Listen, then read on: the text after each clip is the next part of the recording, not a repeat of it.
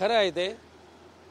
12वीची परीक्षा आहे, आज 12वीचा पेपर आहे आणि विद्यार्थ्यांच्या जीवनातला एक महत्त्वाचा तो दिवस असतो आणि खेडेगावातल्या सर्वांना एसटीने प्रवास करून सेंटरवर जावं लागतं. केवळ रत्नागिरी जिल्हाच नव्हे तर रत्नागिरीसहित रत्नागिरी, कोल्हापूर, कराड, सातारा, म्हाडा, रायगड या सगळ्या भागातल्या शेकडोच्या संख्येने एसट्या रद्द केल्या आणि यांना भाड्याने दिल्या आणि विद्यार्थ्यांना त्या परीक्षा केंद्रावर जायला जी अडचण निर्माण झाली त्याची यांना कल्पना आलेली नाही किंवा कल्पना येऊनसुद्धा त्यांना त्याची किंमत राहिलेली नाही. आणि म्हणून हे विद्यार्थ्यांचं नुकसान करणाऱ्या किंवा विद्यार्थ्यांना त्रास देणाऱ्या ह्या नौटंकी राजकारण करणाऱ्या एकनाथ शिंदे गटाचा मी धिक्कार केलेला आहे. त्याचबरोबर भास्कर जाधव यांचं एक विधान समोर आलेलं आहे की मला माझ्या क्षमतेनुसार काही पदं जी आहेत ती मिळत नाही आहेत असं त्यांनी म्हटलेलं आहे. मी त्यांचं काही विधान ऐकलेलं नाही, परंतु शिवसेना पक्षामध्ये विधिमंडळाचा गटनेता म्हणजे ज्या वेळेला चर्चा आली त्यावेळेला सर्वांनीच एकमताने भास्कररावांचं नाव सुचवलं आणि त्यामुळे त्यांचा सुद्धा सन्मान आहे. आता पुढेचं नेमकं त्यांना काय बोलायचं आहे ते मी काय ऐकलेलं नसल्यामुळे काय मी प्रतिक्रिया देऊ शकत नाही. माझ्या क्षमतेचा पूर्ण वापर करण्यात आला नाही किंवा माझ्या क्षमतेनुसार माझ्यावरती जबाबदारी जी आहे ती देण्यात आलेली नाही, एक प्रकारे त्यांनी नाराजी त्यांनी प्रत्यक्ष पक्षप्रमुख उद्धवजी ठाकरे साहेबांचा दरवाजा त्यांना नेहमीच उघडा असतो, त्याच्यावर त्यांनी बोलावं विस्तृतपणे. राज्यात लव्ह जिहाद कायदा लागू होण्याची शक्यता काही माजी आमदारांचा पक्षप्रवेश होणार आहे. सुभाष बने यांचा पक्षप्रवेश होणार आहे. राजू महाडिक असतील, गुलाब काळके, रचना महाडिक जे जिल्हा प्रमुख आहेत त्यांचा देखील पक्षप्रवेश. बघा, सध्या महाराष्ट्रामध्ये एकनाथ शिंदे गटामध्ये दोघांमध्ये तुंबळ शीतयुद्ध चालू आहे. एकनाथ शिंदे विरुद्ध उदय सामंत. राजन साळवींचा थेट प्रवेश एकनाथ शिंदेने केला. राजन साळवी सामंत बंधूंना नको होते तरीसुद्धा एकनाथ शिंदेनी मुंबईमध्ये बोलून त्यांचा प्रवेश केला. त्या एकनाथ शिंदेनं माझी रत्नागिरीमध्ये ताकद किती आहे, राजकारणामध्ये जर मला डावलला तर किती भारी पडेल हे दाखवण्यासाठी आज उदय सामंत यांनी शक्ती प्रदर्शन केलेलं आहे आणि MIDCचा जेवढा काय वापर करून केलेला आहे त्याचा वारेमाप वापर करून शिवसेनेच्या पदाधिकाऱ्यांना आर्थिक प्रलोभन दाखवून त्यांनी फोडण्याचा प्रयत्न केलेला आहे.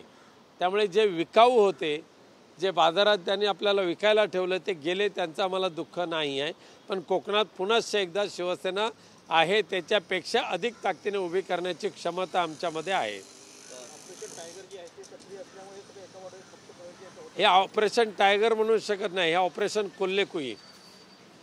राज्यात लव्ह जिहाद कायदा लागू होणार आहे. राज्यात लव्ह जिहाद कायदा लागू होण्याची शक्यता आहे, त्याच्याबरोबर चर्चा सुरू आहे जोरात. काय ठीक आहे, सध्याचे सत्ताधारी आहेत आणि लव्ह जिहादला आमचा सर्वांचाच विरोध आहे. त्यामुळे कायदा करायचा तर सर्व समावेशक कायदा करत असतील तर आमची त्यांना काही हरकत नाही आहे.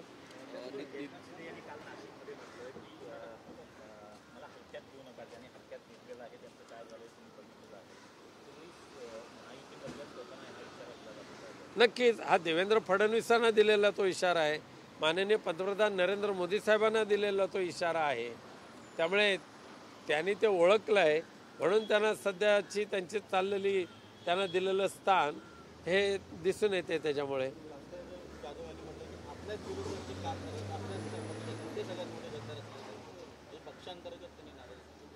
त्या पक्षप्रमुख उद्धव साहेबांकडे त्यांनी बसावं आणि चर्चा करावी. रावसाहेब दानवे यांनी एक धक्कादायक वक्तव्य केलेलं आहे. सिल्लोड जे महाराष्ट्राच्या राज्यात आहे त्याची परिस्थिती जी आहे ती पाकिस्तानसारखी झाल्याचं म्हटलं आहे. खरं म्हणजे रावसाहेब दानवेंचं हे वाक्य आपले पंतप्रधान नरेंद्र मोदी यांचा अवमान करणार आहे असं मला म्हणायचं आहे.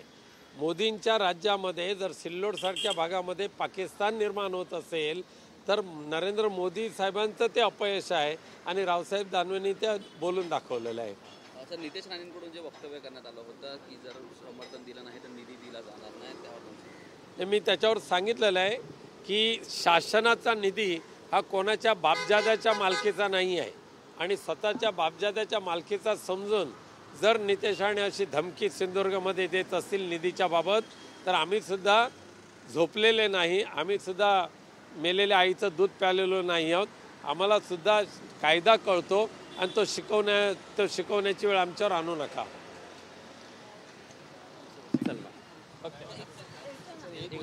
निवडणुकीत पक्षात पराभवासाठी ईव्हीएमला दोष नको, पराभवासाठी आपणच जबाबदार आहेत असे अमित ठाकरे बोलले.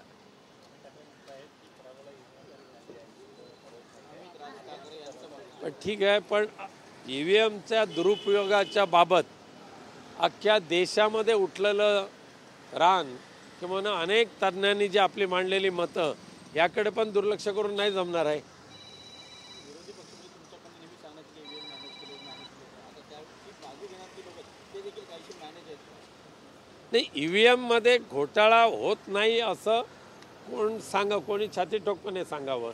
ईव्हीएमचं मॅन्युप्युलेशन याच्यामध्ये तरबेज असलेली काही मंडळी ही भारतीय जनता पक्षाने हाताशी धरली आणि केलं असं मी नाही तर अनेक तज्ज्ञ सांगतायत. धन्यवाद.